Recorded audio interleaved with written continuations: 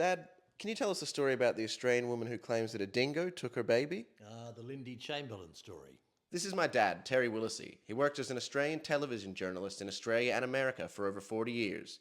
This is one of his memorable Australian stories. So, the Lindy Chamberlain story. So it all started back in 1980. Lindy Chamberlain and her family, her husband and children and baby Azaria were staying in a tent at Ayers Rock in the middle of Australia.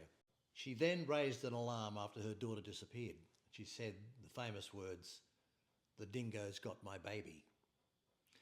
And from then on, a massive search began and the baby was never found. But she was charged with, and along with her husband, of having killed this baby. And all sorts of cases were made against her, and lots of evidence was brought forward that they had killed this baby, and all the scientific evidence which later on proved to be totally wrong. Everybody in Australia had an opinion on what happened in this case. Every dinner party you went to, every social function you went to, that's the first discussion that came up was about the Lindy Chamberlain case.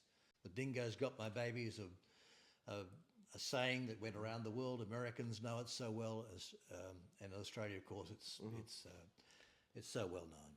You interviewed Lindy Chamberlain, you know her. I interviewed Lindy and her husband Michael several times.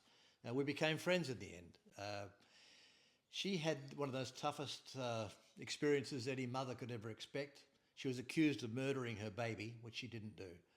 But most people in the street, or at least half of the people in the street, were glaring at her. Some spat on her, called out names to her for years and years. She eventually went to jail for that killing, but then was taken from the prison when they realised she hadn't done it. They found the baby's matinee jacket near a dingo's lair and discovered that, yes, a dingo had taken her child.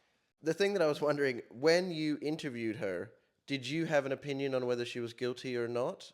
Could you tell? I believed that she hadn't done it.